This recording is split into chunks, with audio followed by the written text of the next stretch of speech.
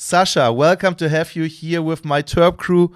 I introduced you a little bit. I told them a little bit what I already made my research and where I got to know you in Barcelona. It was really nice to get in touch with you as a judge during the Autoflower World Cup 2023. Nice to have you here. Oh, thanks a lot. Thanks, Vince, and nice to be here on Vincent Talks. Yeah. So, introduce yourself a little bit. Tell the people where you're coming from, how long you are in the industry, and later we will get deeper in all the stuff with your genetics and your work with you have been doing in the last couple of years. Sure. Well, my name's Sasha. I also call myself the joint doctor in the world of cannabis breeding and seeds. I'm Canadian. I still live in Canada, where I am right now.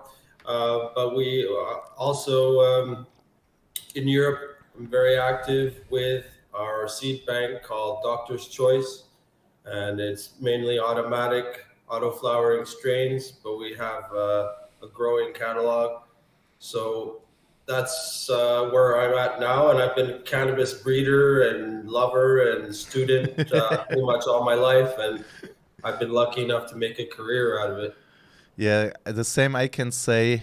Also, if we didn't legalize till now, I'm already able to feed my family with that, and I'm really blessed. Yeah, Sasha. So, you said you live in Canada. So, which time do we have at the moment on your side of the globe? It's actually 1:15 in the afternoon. So, and that the people just get a clue where we are connected through right now. You're sitting in a facility, in a legal cannabis facility right now, huh? I am. I'm sitting at J2 Science. This is actually my friend's facility. Yes. And I've been helping them out a part of the time. So basically, this is a processing facility. Actually, we don't grow right here. We process various types of extracts. Nice. And package them for sale in the various legal stores in Canada. Yeah. So it's a pretty new business, but that's why it's so sparkling clean. They have very strict regulations about that. So it's I assume it's like the vertical integration. It's a part of the chain. So after growing, you have processing, and yeah, you bring it just so that it's for the shelf ready. Yeah. The way that the licensing works in Canada for commercial production, you have the cultivation is generally separate.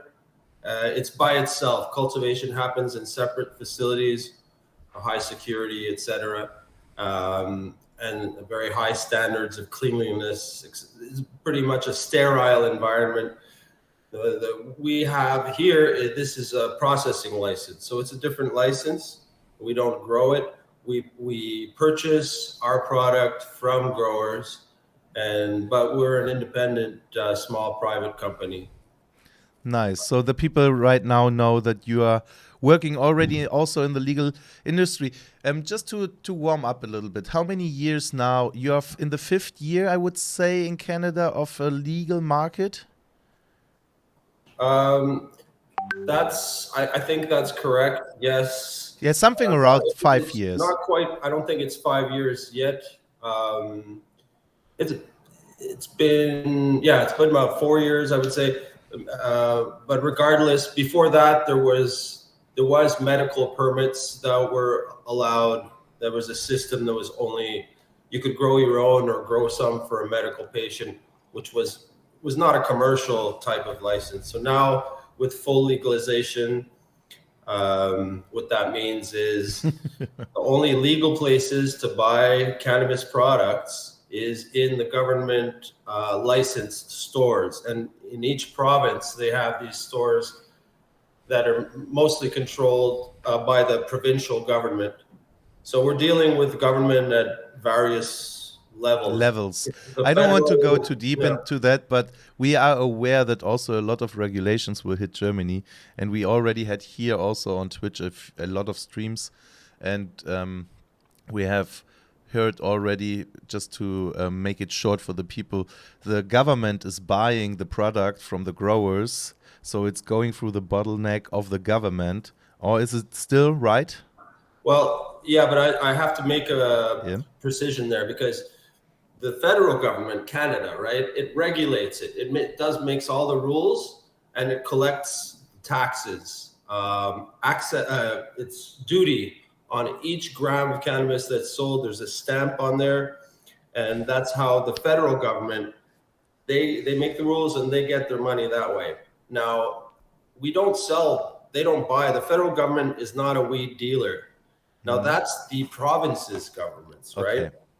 Because each province is allowed to have a little bit different regulations, like 18 years old, 19, 21. There's differences. Quebec here, we don't allow concentrates above 30%. So now we have to deal here, like we have to deal individually with each of those provincial governments, and they make the orders, or they have the agency that makes orders for their stores. So sometimes they have different labeling requirements, different For each province. Okay, I get it. Yeah. So a lot of regulation. Yeah. And also, I would say what I think when I hear something about such a system is that the product has a long way from being ready to consume to the end consumer. Is this a right assumption? Yes, indeed. There's a lot of, it creates a lot. It's expensive to grow in this sort of legal format, because there's so many requirements that have nothing to do with the actual, Grow, drying, selling, being happy. Exactly. There's a lot of artificial barriers that make it expensive. And I mean, there's still a gray, black market, whatever you want to call it. They're still there because they can offer better prices, right? The government can't beat the street prices. And the last question about this topic, how would you rate the quality from the gray market compared to the, at the moment, provided products at the legal market? I would say that, well, from what I hear from a lot of people that I know, that they get it through the gray market, and they have great choice, better prices, often better quality. But I can't generalize, because now it's been like 4 or 5 years, so there's more and more good products out there. Yes, in the legal world. As a German cannabis patient, I can tell you that a lot of, not all, but mainly the cannabis, the good quality cannabis, is grown in Canada and shipped through the medical system to Germany. And by that, I also can say that in the last couple of years, really, the quality was really rising and got on a certain level where I say, okay, this is a product where an average consumer would say, wow, this is great product. I would buy in a legal recreational system. Yeah. Absolutely. So, yeah. Absolutely. It's good quality. Good quality.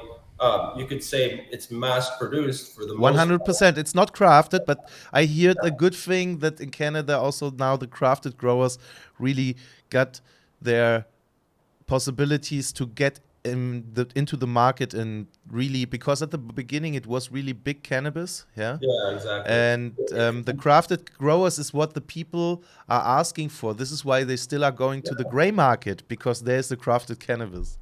Of course. I mean, a lot of people who invested in this legal cannabis market in the beginning, they made the assumption that bigger will be better, and it's absolutely not the case. People don't want industrial weed. They want to know who grew the weed. They want to shake the hand of the farmer. This is what makes something, extra special, when you see where it comes from. So, and it's hard for those micro producers are the future, small producers, but it's very hard for them to get in the market, because actually advertising you can't advertise. So you can't, it's very hard to get the word out there about your products. Right? It's like alcohol, cigarettes, they still have ways, but they're treating cannabis as worse than that. So Yeah. unless they're being too careful in the beginning, and things will hopefully relax in the future. So how many years are you now in the industry overall working? Oh, how many years are you in touch with the plant, really working on the plant? I guess started out watering my father's plants probably when I was 15. Nice. So that would be, almost 40 years ago. So So yeah, second it's generation been or up third there. generation already? Yeah, second generation. Uh, my father Beautiful. came from Poland, and he discovered weed, and we became farmers, organic farmers, and he was always he started growing product that a lot of people would come to see us. I remember when I was young, um, it was some very interesting characters would come, and because there wasn't a lot of good grass in those days, Sinsemilla. So my father got pretty good Sensi. at it, ultimately paid a price for that.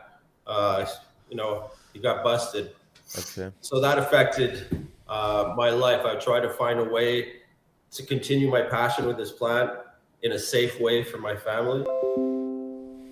And my father's still he's still a great gardener, and he tests my seeds out for me right in his garden. So Great.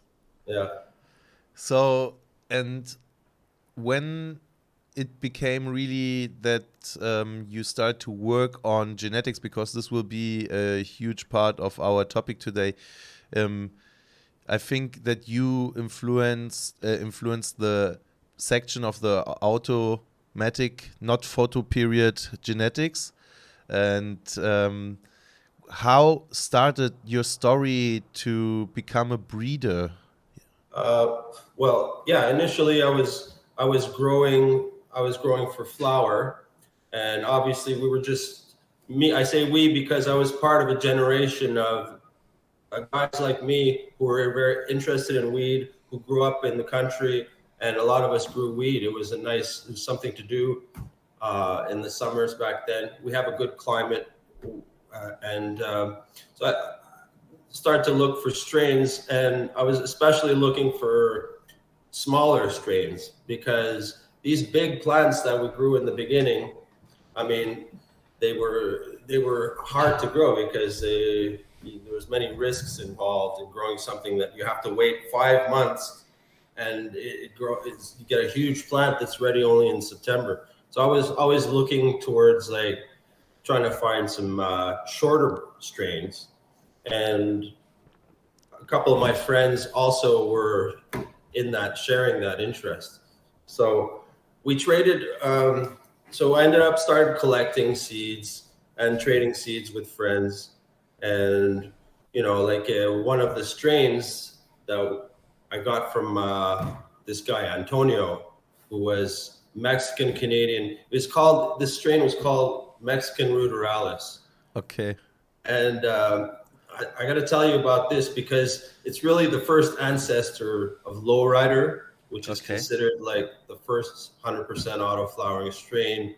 Lowryder came out in like 2003, but actually the story goes back further than that. So like these, I ended up moving to different places and taking my seed collection with me, and we I lived in Vancouver, and ended up this one time I spent this one year I spent we were growing in a spare room. There was Vancouver is a very tolerant city to weed back then. Okay. It still is.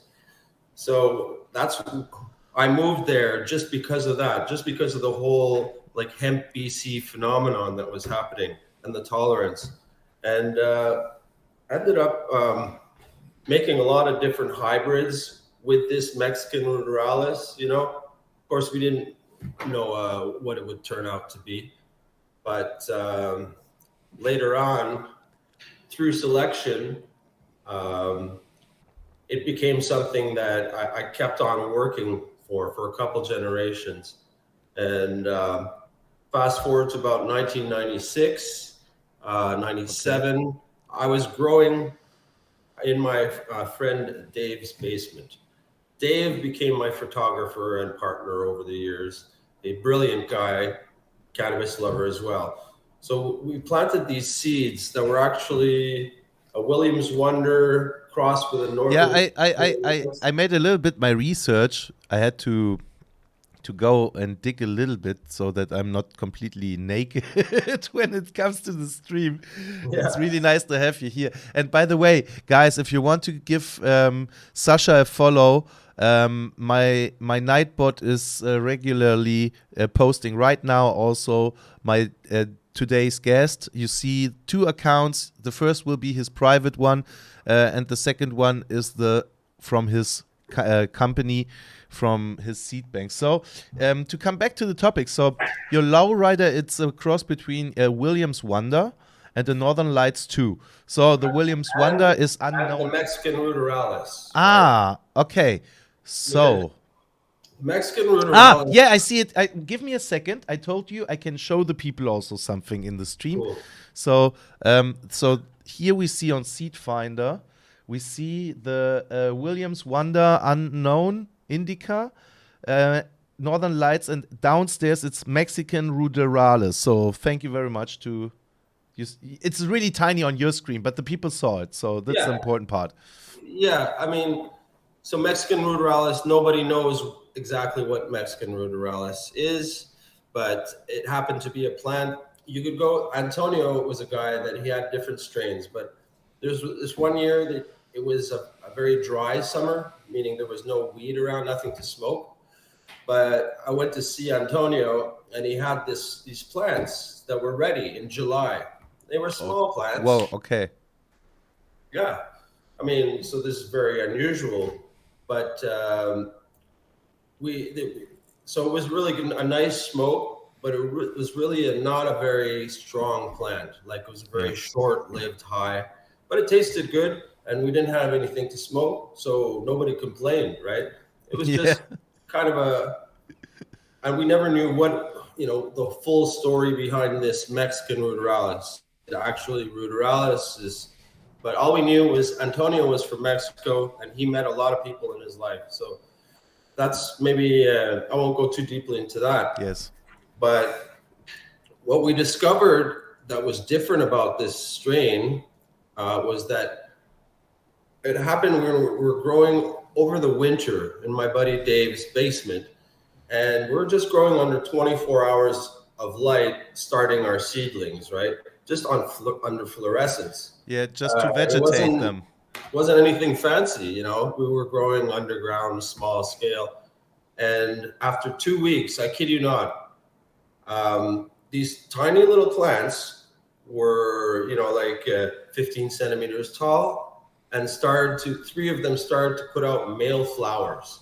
This was crazy, because how can a seedling go straight to flowering under 24 hours? This was against. And we know that males come first mostly.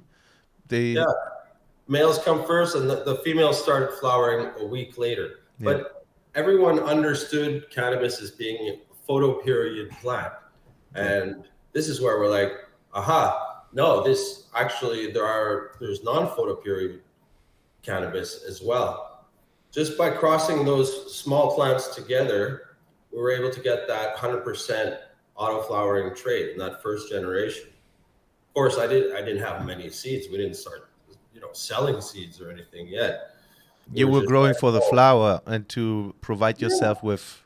It was actually good smoke. Especially the first generation was actually really good. Surprisingly, contrary to what you would hear, those first generations, there was some hybrid vigor in there, and the goodness from like the Williams Wonder came through. And Williams Wonder was one of my favorite plants, right? Okay. Then we had to multiply it, because I'm like, hey, we got to get these seeds out there. I was on a forums back there a lot, trading seeds with this internet phenomenon was like blowing up, Yeah, man. And for boards, people exchanging knowledge, sharing the first time cuts and seeds internationally went also really good through the internet early days. Yeah. It was. unfortunately, all those sites don't exist anymore because they got too popular. We got too big, and everything was underground back then. So anyway, these seeds start to get out there, and I had Dave was involved in the seed business. So first batch of seeds I produced was probably like 300 or 400 seeds, and those went out, and small plants, small batches of seeds. So small batches of seeds. The package of seeds says 8 weeks from seeding to harvest. Crazy. Right? So that was the selling point. It was like, this is the fastest strain in the world. Leute, also müsst ihr euch mal vorstellen, ne? Da hast du sozusagen in deinem Keller gegrowt und plötzlich hast du so ein Päckchen und nimmst so als Claim, 8 Wochen from seed to harvest. Small plants, by the way, for sure. Not to compare with photo period, but it's a unique niche also for balconies and all this stuff. So I also, Sasha, I remember the days when I started to grow indoor, when I switched from outdoor to indoor. I was really looking for small and fast flowering plants because I was growing also in a tiny environment. It was a closet just built to a grow box, yeah, but I don't want to interrupt, but I feel connected to the need of small, fast flowering plants. Well, yeah, but it's guys like you and me and anybody who wants to grow a plant on their balcony. That's what made autoflowers popular. It's not, big commercial growers that they didn't adopt, Cheers. Cheers.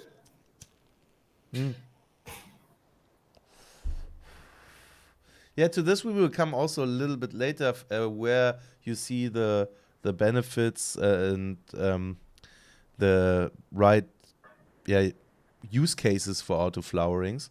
I think there are a lot of misconceptions, and also I have to say I'm not sure if I would really say for each type of beginner if it's the right thing. It depends which environment. What do you want to do? Do you really want to get deep into the knowledge of growing cannabis? Or do you just want to throw something into the soil and you have a balcony or you have a garden and you want just to have something extra?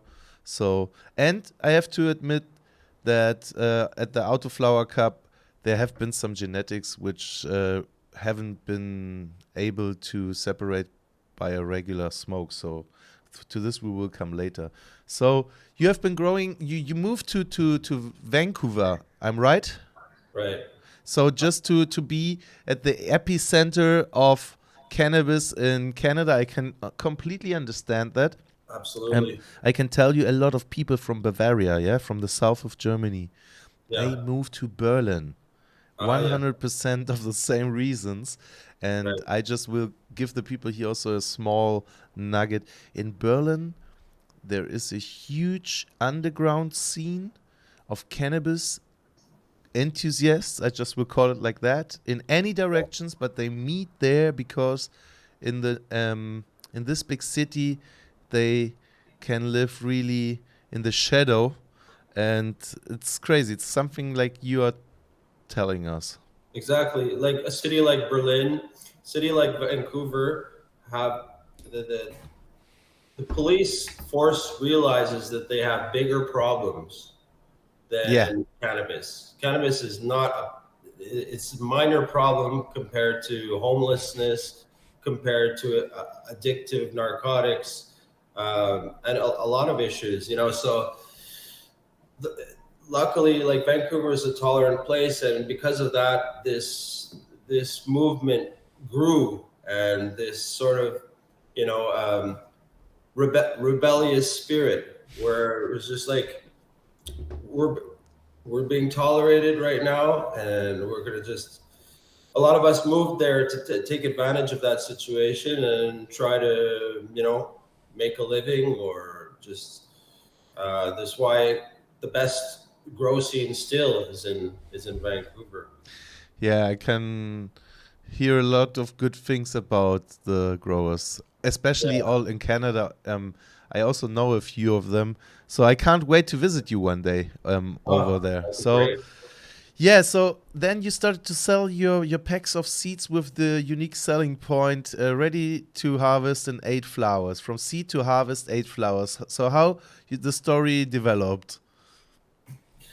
Uh, yes, well, it's been the story of how Lowryder got out there is actually it's a series of adventures over the years. But after I sent this first batch, um, and I believe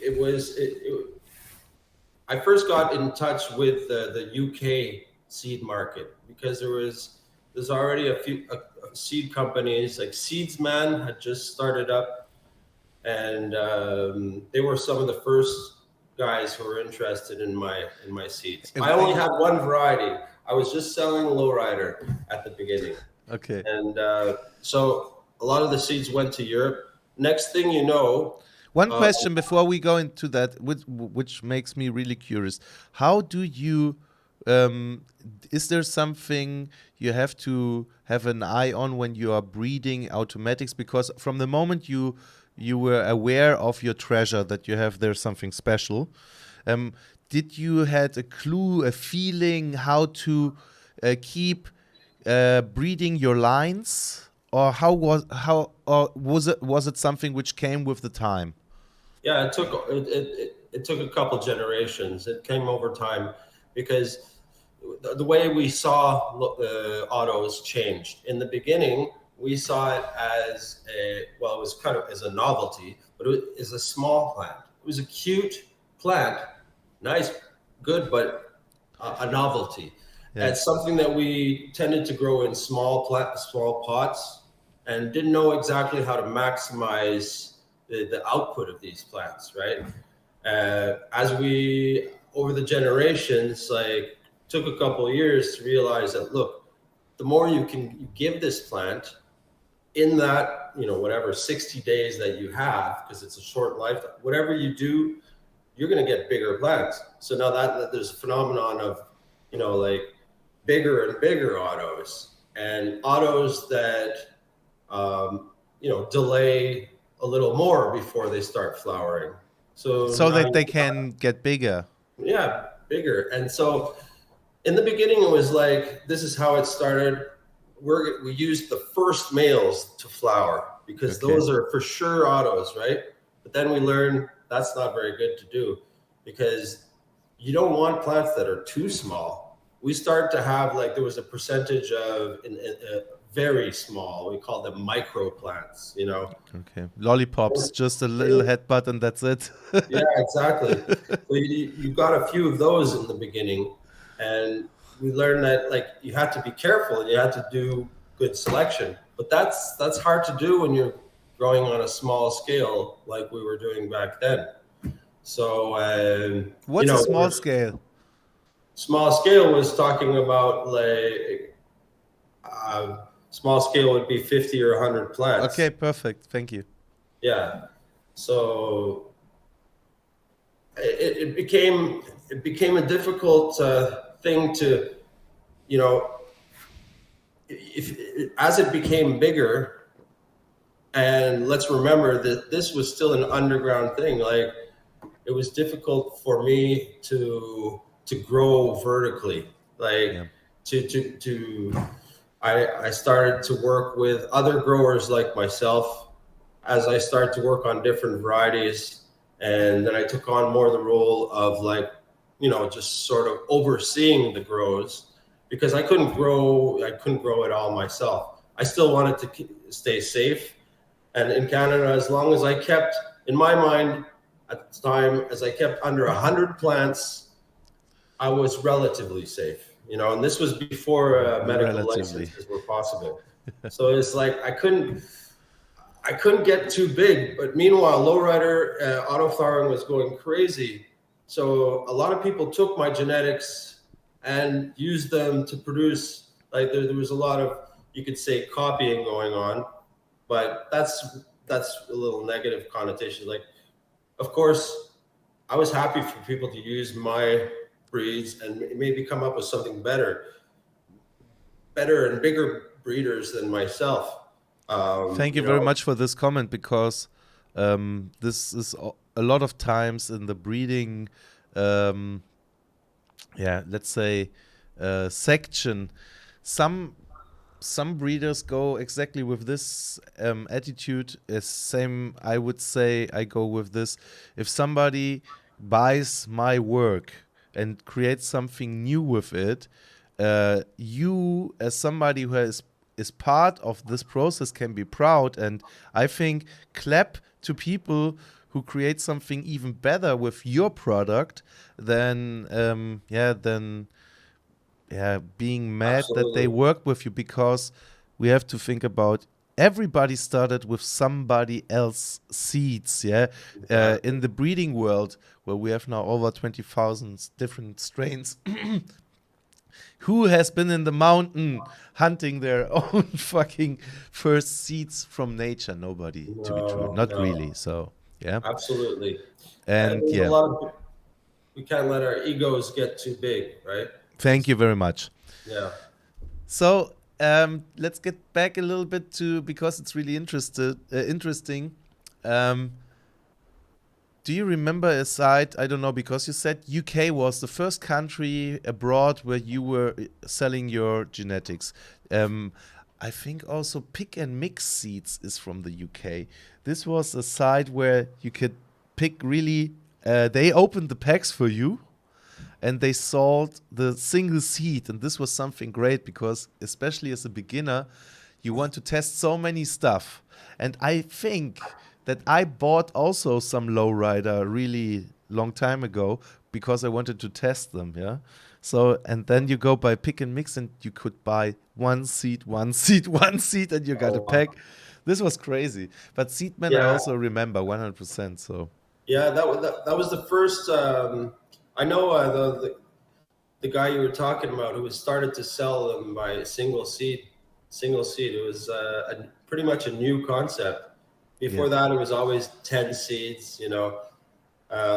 But yeah, pretty soon after the UK, I started to get calls from Italians and from Russians who wanted to become the biggest distributor of Lowrider, and like I had no idea it would go so crazy, but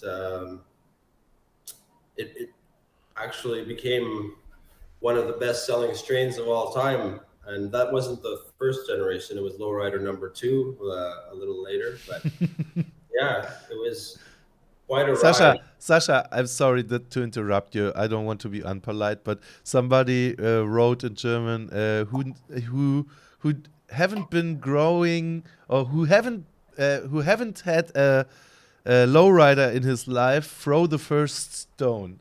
So a lot of people who are a certain age, for sure, because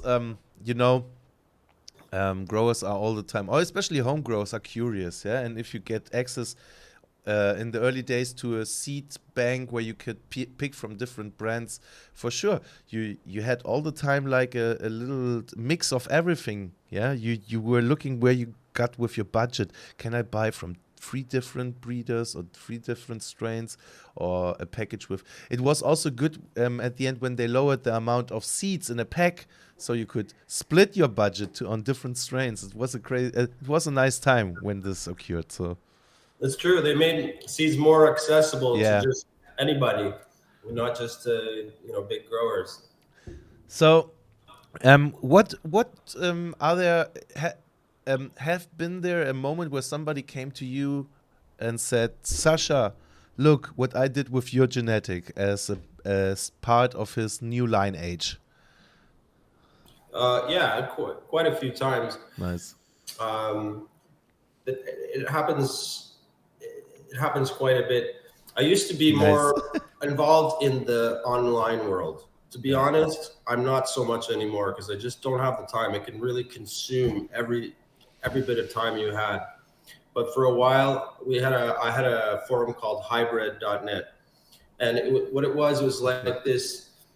It was a brain trust, if you will, a repository of information about autos, and it was like constantly evolving. And there was a lot of people on there. Some were from all over. There was Germans. There was a lot of Americans who were doing their own lowrider, their own auto flowering experiments and sharing it online. And I was kind of like hosting all that, and I never took a negative stance against that, because look at today. That's how Autoflowers got out there. It's basically like it's open source. Like it's like in software, right? Where this is open source genetics. Nice. That was meant to be shared. Great metaphor. I don't know how the word, but it's a nice association. It's open source. Yeah, it's if somebody have the code, he can work with it. Exactly. And chances are someone will do a better job than me. So, in a way, my job is done. I can sit back and watch this creation evolve, because I was part of it. But there's always another chapter for me. So how was it going after you developed Lowryder 2? Yeah. So at the time I was, we were growing in Canada, and I started to be able to grow safely. I got a medical permit to grow. That was, I think, in the late 2000s. I started to get a permit where I could do a little more research. I built myself a greenhouse, and I started to cross it with some of the other strains that we had. Some popular strains back then, like Diesel. We created a Diesel rider. Created a purple rider, and a little bit later a chronic rider. So these were like auto flowering versions of strains that already existed. That's how I started to grow my catalog. I'm sorry. Did you used to create this crosses because you let's say you had the chronic, yeah, or you had the Diesel?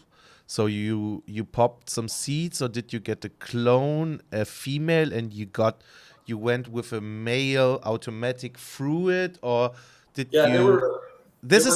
Sasha, this is something really the people. This is the golden nugget of this show today, yeah. So the people really want to know: did you use more to get the automatic trait, the male side, or how?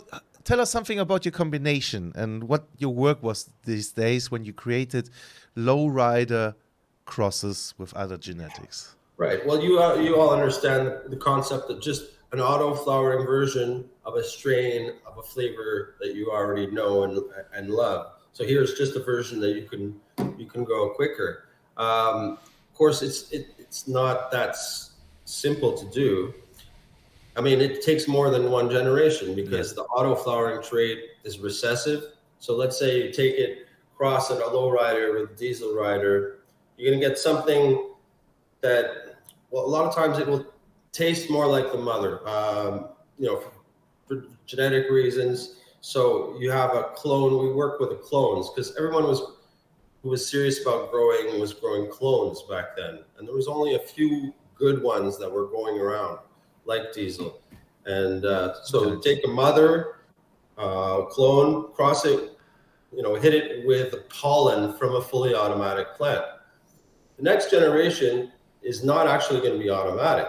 It may be quicker flowering, quicker to mature, but it's not going to be a fast version, a little bit faster version.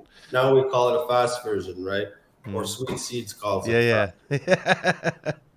So one question, because really I enjoy especially the part of the stream where we are right now.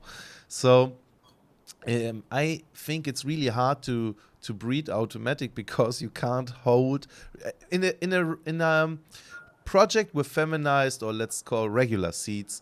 You have the possibility that if you have a great mother or a great father who is dominant or recessive, you can use both, you know. And my stream also know. If not, I will answer it later or someone else. So someday you can hold this plant. If you have a male plant which have some good traces, you hold this plant in vegetation and you cut you make some cuttings, and then you create some pollen. You can work whenever you want again, but with automatics, you get as an example the diesel cut. You can hold the diesel cut as a mother as long as you want, because you can hold it as a mother. But then you have to pop and throw some seeds into the soil from the automatic side, select with your experience the father, because it will be there just one season to give you the pollen, and then create a new line. Or how can I understand this process? Because I never have done that. Well, that F1, the first generation that you're talking about, now they're not automatic yet, but if you cross them together, the next generation, because 50% of those plants will have the automatic gene just in recessive format. Now you're going to have third generation or F2, you're going to have 25% of the plants are going to be auto. So if you just keep those 25%, now you have a population that's auto flowering. So the next generation, you can multiply it and you have enough seeds for sale in theory. But that's not long enough, because you haven't really done much selection. You just created an auto flowering strain. You didn't test it out. So really it can take 3, 4, 5, 6 generations. And it should, you should take longer. Now, obviously I learned that, bigger populations and the more time you have, the better plants you can create. But we didn't necessarily have that luxury of time. In the underground, how? Exactly. So if you, anyway, you see like how I understand your point of like, it's very different breeding methodology. You can't, working with just clones, you can keep those clones almost forever and keep producing that same batch of seeds, and they will be the same, right? But with autos, you just got to keep making new generations. Always new generations. For me, this sounds extremely. It sounds extremely work intense. So. Well, it's work intense, but I mean, there are some advantages to breeding with Lowryder, with autos, because the life cycles are very short. Yeah. So you can do it on a small scale. But what you got to watch out for, and I wanted to make this point earlier on, is autoflowering has an ancestor, which is ruderalis, which is quote unquote a wild plant. Doesn't have the most desirable traits for smoking, right? Yeah. Because it's a natural plant. It hasn't been selected for that purpose. So, and those genes are really strong. Those wild genes are really strong. And if you don't select against that, after a couple generations, your weed the potency will go down, and they'll look not as nice. They'll look less like the diesel mother, and they'll look more like this. You mean? It's just strange, weird. I mean, they can still be good, not really great for production. So you have to those wild genes. You have to sort of fight them. And now we're many generations later, and there's just incredible strains out there. Really nice. So, and then in the legal system, when you got your, I think was it something like a caregiver license, which brought you into legal, into the legal system in the early days, or how was it? Like a medical license? Yeah, when you had the possibility to grow your 100 plants or something like that. Yeah. It's because how it worked was if you were sick and you were able to, well, not sick, if you had some kind of condition and your doctor was willing to sign for you, then you could either apply to grow your own or you could designate somebody else to grow it for you if you can't do it. So I became a designated grower. Sorry. Bless you. Okay, thanks. Gesundheit. So, Dankeschön. yeah, to be safe, it was just about being a medical grower back then, and it was uh, you were allowed to grow a certain amount of plants, a number of plants based on the size of your prescription. You know what I mean? Yeah. But the whole system was, you know, was flawed, and I kept me safe for several years. You know. So, what do you think about the auto genetics today? So, a lot of things changed till then. A lot of other breeders started to work. I think a lot of names we also saw at the Automatic Cup in Barcelona.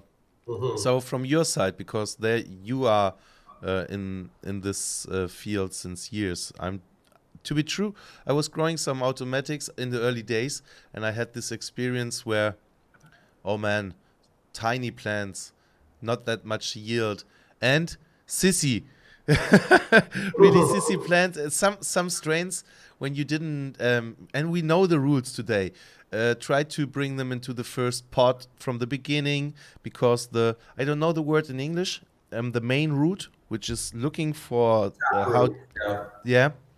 So, I translated really easy. When the roots are feeling okay, here the soil is over, and the plant gets some signals from somewhere. Okay, now hurry up, and more isn't possible to grow higher because the root is also important for when it's windy. So if the root gets the signal, I can't dig deeper.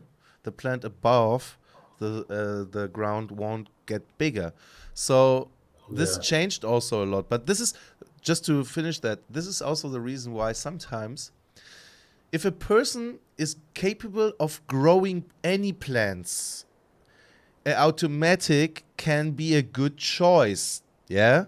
If a person isn't really good in gardening, to give her an automatic plant, it could be really in a nightmare because she don't water well, she treats the plant with too many stress symptoms, and then automatics can be a little bit sissy. We know that. That's true. That's true. I mean, it can go both ways. I've seen beginners with very good luck, like beginners' luck, growing just on their balcony like they would grow their flowers and having very good success. And they don't have preconceptions about how to grow them. Yes. They're just growing them like they would grow their tomatoes, for example, Exactly. right? And they don't have to unlearn anything. Whereas, some people are just have a green thumb. Yes. And but you can learn. Everybody can learn. I think it's all in us to a certain degree.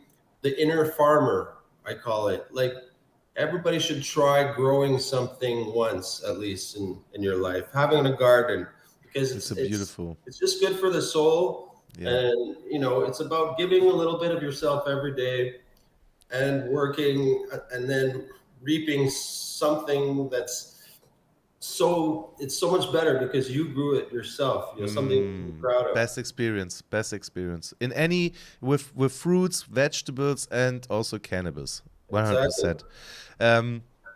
So the nice thing is really that also this is a therapeutic thing because at the end you harvest something that gives you joy.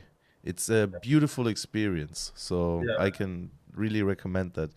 So I wanted to I forgot where I wanted to talk about next because there was something really interesting. You were talking about the experience of growing in the garden, your own stuff. So I wanted to go a little bit into this direction. The best thing what you said about um, if you grow autos, the most important thing is don't overcare. If you treat it like a tomato, where okay, I have to keep the plant alive and water it, but don't do too much to the plant.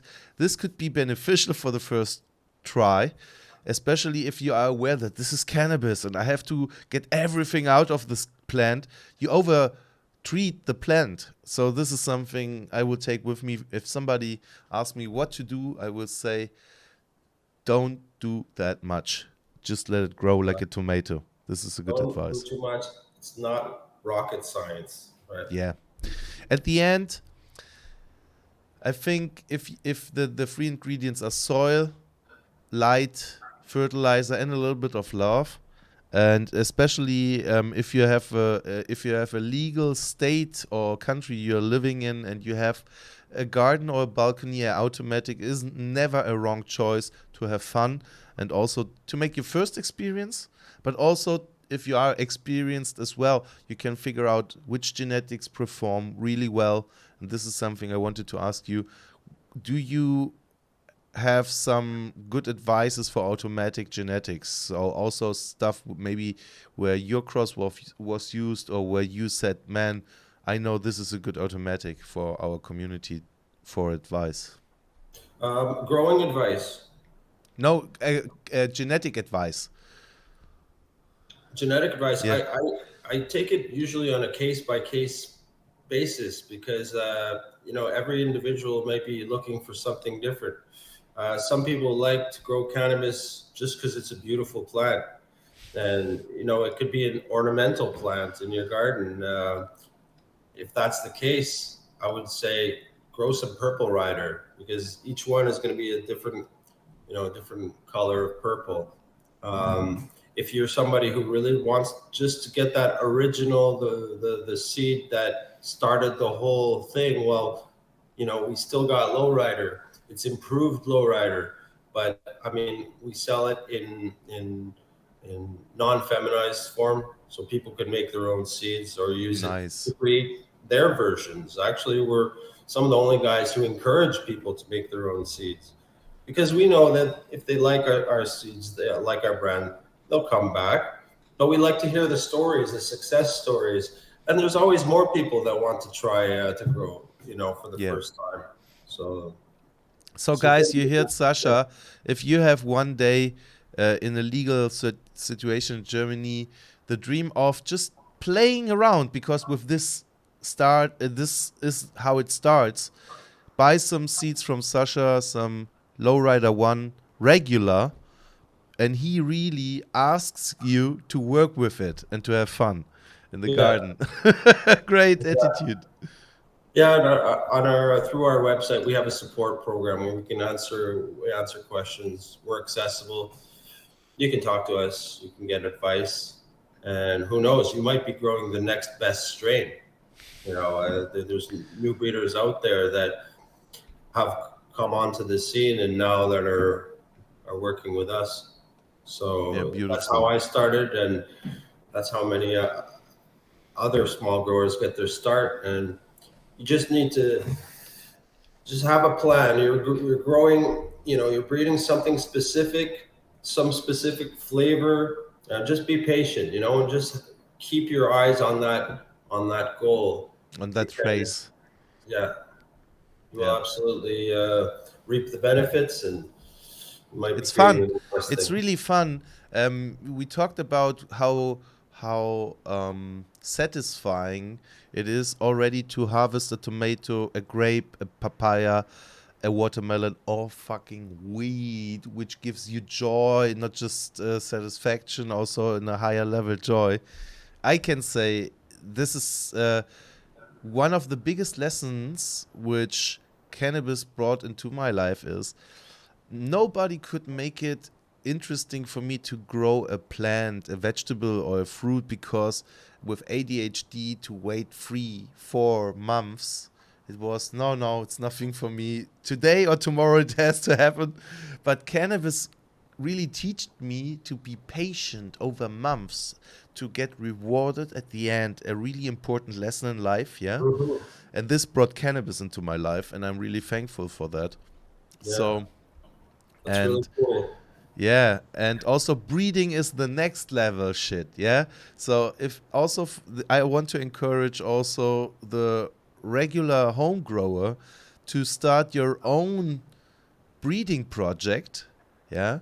Buy regular seeds, make some pollen chucking in the basement. Yeah, it's fun. It's fun for yourself because at the end you share the seeds with some friends, and it starts somewhere the story of your own cross, and then some friends come back to you and tell you, bro, I have some pheno in your seeds. It's really killing it, and then you get a Mm. cut and you work with it, and maybe dreams to reality, guys. Just play around and have fun with this plant. Also, I really can encourage you. Oh yeah, there's some. I know there's a lot of good growers out there, and it's not about being technical knowledge so much as just being patient and just having that passion that you and I share for this plant. So it's a wonderful way that you know weed has brought in a lot of young urban people into growing, into not Yeah. into agriculture, and just like you said, like learning to nurture something over the several months and then reaping the benefits of that. I mean, Sasha, you really said paying it something. enough. You said something beautiful. I can't think that there is another plant in this world which brought so many people who live in a urban environment the interest of agriculture. I think this is a really good claim you brought on the desk. There is no other plant which brings so much interest into the young generation about agriculture, I think, overall, yeah, average in our culture, Yeah, society, than cannabis. Same yeah, with me. I never would thought that I would get so deep into uh, fertilizer, plant biology, chemistry, um, breeding, selfing, everything. It's yeah, crazy. yeah. So for you, it was like it was an opening, a door that was opening to many different domains. How do you call that? It's like they say cannabis is a gateway drug. Do you know what I mean? But Yeah. it's a gate to growing Gateway to everything, knowledge nutrition, absorption. good life, Yeah. good living, maybe a better alternative to other drugs. Or also a profession. We both can say that this plant brought today us into a situation where we can feed our family with it. Yeah, So, yeah. we can feed our family, and it brought us together. Yeah, man. All the people who are here with us today. Guys, you have It's to you amazing. have to imagine Sasha and I, we met at the Autoflower World Cup last or this year in the beginning of the season in March in Barcelona, and it was really nice. We were sitting there, and this is something I really would like to end also our evening today. I would like to talk a little bit about what we both experienced at the Automatic Flower World Cup, because we didn't had really opportunity to talk afterwards. We met when we got the samples. We sampled the first category sativa, and then everybody spread it away. So Yeah. how was it for Yeah. you? Oh man, it was actually my first experience being a judge at this type of event, and it was Work. it was so it blew my mind because in reality we only had 2 days to Yeah. test. It was almost 40 different varieties, right? And we were also busy working a trade show at the same time and dealing with people and giving interviews. Yeah, And man. people putting cameras in my face. I'm like, have you no mercy, man? Those Yeah. people just smoked 17 different varieties today. But it was amazing. Luckily, I had my main man, Aziz, with me. You need an assistant for that Yeah. kind of thing. it was fun when we got together. We smoked. We shared some. We spent a couple hours together with the judges. Right. We Yeah. looked at the different strains. It was really a lot of fun. But after you tested 5 or 6 strains, you start to be. It's very. You forget to take notes, and you look Yeah. at your notes later. It's like you can't even read them. So you really have to have someone with you helping you write down the numbers and everything. So and it's difficult to evaluate the high Yes. We individual strain. That's the hardest thing. we made it like we talked about that. I said to myself, if I smoke this strain and it tastes okay, it gets a 4, and if it's a highlight, it just gets a 5 on the effect, and because otherwise you can't compare and No, differentiate. So no way. no, you can check out the appearance, the look, the Yeah. smell, The the cold taste, path. how it smokes. Um, Absolutely. So I was about the same as you. I tried to gave everything an even score for the high effect Yeah. because we didn't have enough time, obviously. But I can tell you, after smoking all of those joints and that at that awards ceremony, I never tried so many strains in 24 hours. But I felt great, man. I Yeah, man. never felt so amazing. I was It's not just a like fruit. all this. I was reaping all the fruits of all these people who are growing autos and the best autos. It's all coming back to me. And Man, was I sativa. high. And sativa category. So we were really. So Exactly. I can tell you, Sasha, because I'm also a grower from the bottom of my heart. Just a sentence. I stopped growing 5 years when I started to show face for the German cannabis movement. So, but I can tell you, I'm blessed, and also at the grower, let's say, Croptoberfest. Yeah, at the Croptoberfest every year from when the growers meet, I smoked a lot of strains during one day, but to smoke 40 strains in 24, let's say 30 hours, not 48, not in whole 48 hours, but it was hard. Yeah. So, and now we come to the interesting part. I thought, okay, in the sativa section, there have been for sure place 1, 2, 3. They have been okay, especially the first and second. But for me, the bangers came later, to be true. This was crazy. Let's talk about the indica section. It was really the level.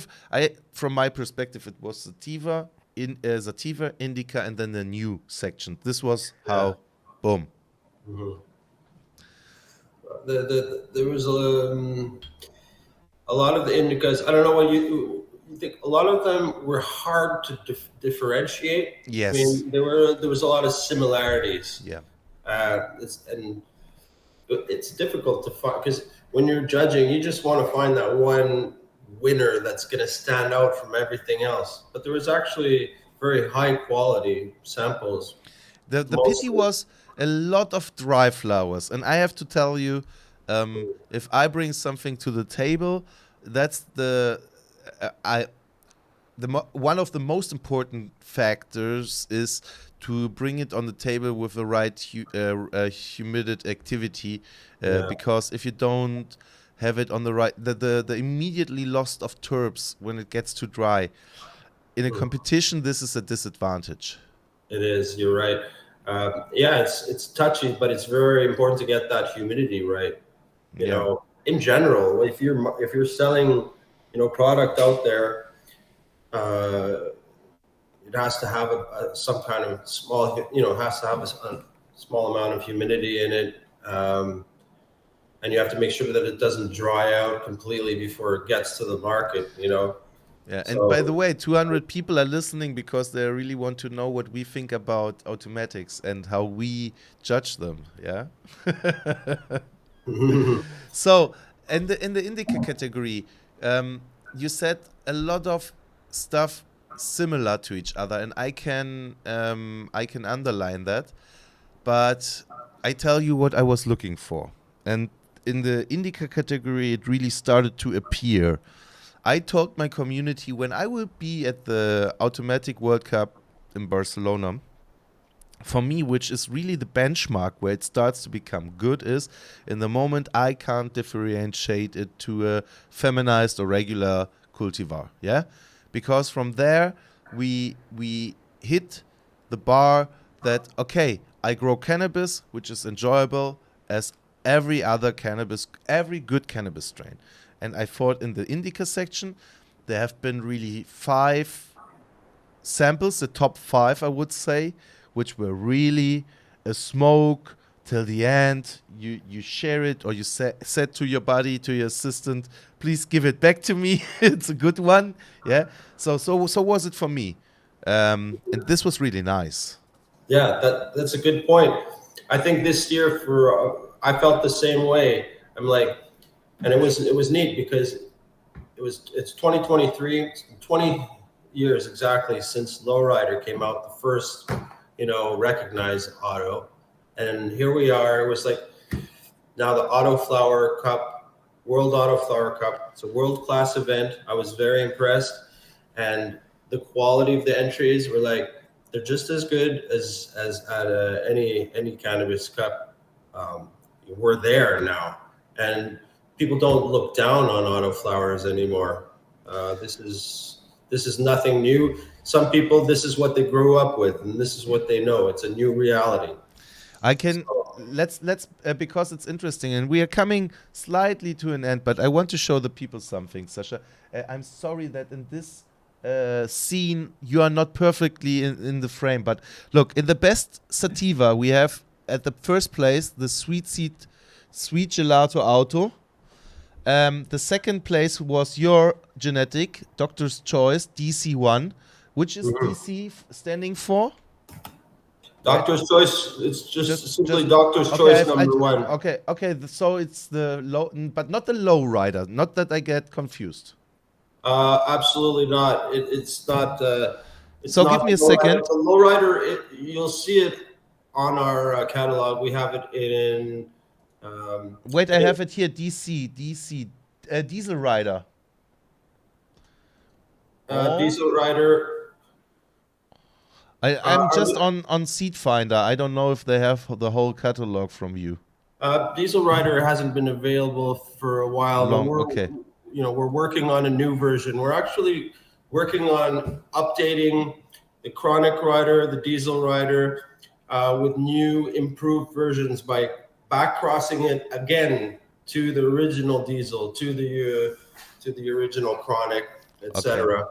So we're bringing back some of our old strains. We also have some photo period strains. We only have 2 right now, but they're highly recommended. So really nice that really you got on second place with your genetics, and now we come to the indica, so that the people just know that what we have been smoking there as judges. The first place was the Tropicana Cookies from Fast Buds. The second, the Auto Kerosene Crush from Dutch Passion, and Exotic Seeds Herz OG. I have to say, really, wrong. There we are. Sorry. I have to say, really nice smoke at the end. This haven't been different to other regular seeds for me. So, what do you think about the new section? There have been a few samples, but really, what do you say? In the new section, there have been like 7 or 9 samples just at the end, or I don't remember too much at the end. Right. I didn't. I have some questions about that myself. I mean, what qualifies as new, and how we were supposed to? I think new is just which and is a new genetic which haven't been in the market. This is the same I asked myself. Because you can place them in high indica or sativa. So yeah, it's just I don't know about you. Maybe there seem to be a lot of categories and it's simple when you just have indica, sativa categories, but the new strain section, because we didn't have the names when we were doing the actual testing. I didn't know what I was tasting at what time, so I still have to make the connections. Okay, yeah, I can tell you. Okay, I know what your problem was. You just picked the bags. Guys, you have to imagine we had a shopping bag, a shopping bag with samples, with, like you said, 42, 45 sample bags, 1 to 2 grams inside. I would say at least 2 grams regularly. And when I came to judging, I really started to separate them because at home, or I started already in the club. Yeah, I asked somebody from the club, can you bring me 3 bags? And I started in the club, sativa, indica, new. Yeah, just to sort them out, because for me I have to test them in the same bubble. Yeah, in the same run. Yeah, So that's smart. this, but I can imagine that you just were testing by number. So it was just one after another. It was, but no, I did divided things up a little bit like Okay, good. you. But the new strains I left till the very end. It was the last Yeah. batch that I was testing, and it was literally like we were taking a toke, pass the joint, take a toke. What do you think? Good? No good?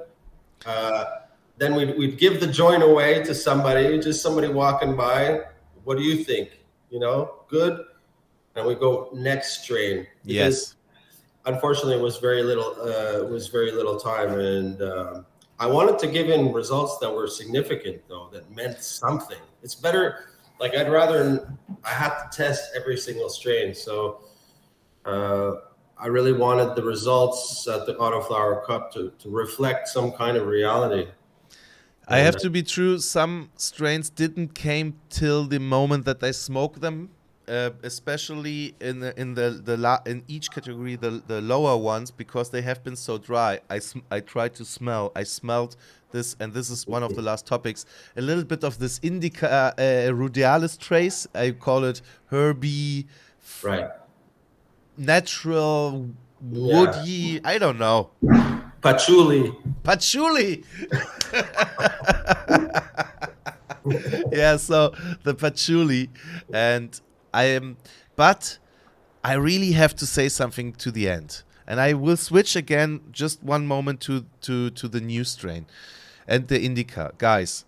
The indica strains I really can recommend. The winners have been, and also the sativas, the top 3 have been really good smokes, but on the new category, the Triton, Biscotti, Lime, Auto, Polar Gelato, and Cookie Gelato. And this is something I want to come to you now.